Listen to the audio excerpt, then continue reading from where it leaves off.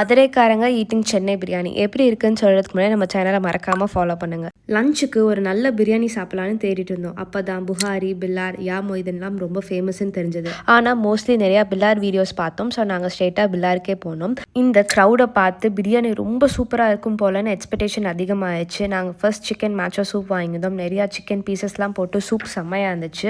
கொஞ்சம் நேரத்துக்கு அப்புறம் நாங்கள் ஆர்டர் பண்ண எல்லா ஃபுட்டும் வந்துருச்சு. சிக்கன் பிரியாணி, சிக்கன் 777, ஃபிஷ் ஃபிங்கர்ஸ்ன்னு எல்லாமே வாங்கினோம். சுட சுட இருந்த பிரியாணியை டேஸ்ட் பண்ணி பார்த்தா வந்து டேஸ்ட் பாருங்க. இது என்ன சொல்லுங்க? தக்காளி சாதம் பிரியாணி பண்ணியிருக்கேன். நிஜமாவே அப்படி தான் ஃபீல் ஆச்சு. நெக்ஸ்ட் சிக்கன் 777 வாங்கினோம். அது சூப்பராக நல்லா இருந்துச்சு. ஃபிங்கர் ஃபிஷ்ஷும் ஓகேவாக தான் இருந்துச்சு. ஒரு கிரேப் ஜூஸ் அண்ட் லெமன் ஜூஸோட எங்களை லஞ்சை முடிச்சிட்டோம்.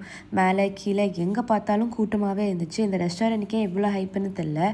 சென்னையில் நீங்கள் சாப்பிட்டு சூப்பரான பிரியாணி ஸ்பாட் என்னென்னு கமெண்ட்டில் சொல்லுங்கள். நெக்ஸ்ட் வீக் சென்னை போகிறோம். கண்டிப்பாக போய் ட்ரை பண்ணி பார்த்து வீடியோ போடுறோம்.